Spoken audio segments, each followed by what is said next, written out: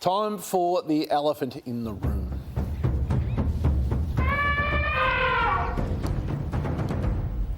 And Kane, it's over in your town where Taylor Walker is proving a bit of an elephant in the room at the Adelaide Football Club in recent days. There's still a lot of tension between Adelaide bosses and Taylor Walker, and obviously some of Adelaide's Indigenous players who are, I think, you know, some of them are still struggling to come to terms with what has happened with Robbie Young.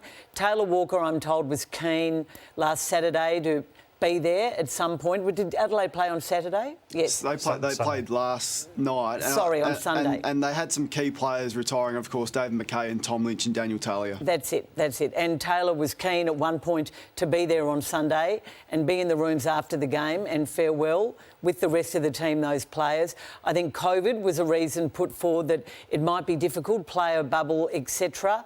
In the end, although Taylor wanted to be there, he wasn't there and accepted that he couldn't be there. Now, the reasons are not quite clear to me. Fast forward to next Saturday, Adelaide Football Club's best and fairest. Taylor is keen to attend. The club is not sure, and that is a negotiation that is happening, I understand, Kane, on a daily basis. And we're thinking that there might be a decision maybe by Wednesday as to whether or not Taylor Walker will be welcome at Adelaide's best and fairest. So there's still people at the club are confident that ultimately Taylor will return next year.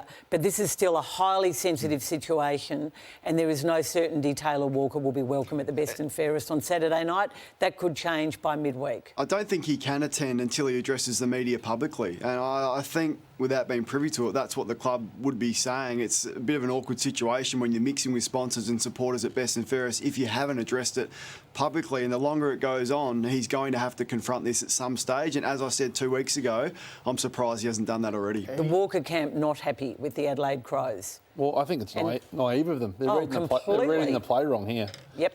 Who are? The Walker camp. There's no upside to him going. He's got to put his head down. He's got to go away. And he's got to come back. How long for? Well, what's the hurry? What's the hurry? I think that when's the time, right, Hutchie? He's got to speak, Lordo, don't you think, though, publicly before and then move on from there? Well, I'm thinking that if, you know, do I wait till day one of pre-season to allow him back? I think if you're still not allowing Taylor Walker to come to the best and fairest... there might be people who aren't ready for him to come. Yep. People who are still deeply hurt by what he's done, and they're just as important as him in this situation. Yeah, of course they are. But more important. If Taylor is either in or out for next year, if he's out, well, you maybe say, OK, Taylor, you can't come to the best and fairest and it's over. Or if they're committing to Taylor Walker, you'd have to say to those people, we've committed to Taylor. Taylor needs to do a lot more work to get them to want him back. Well, he's the one who has to do the work.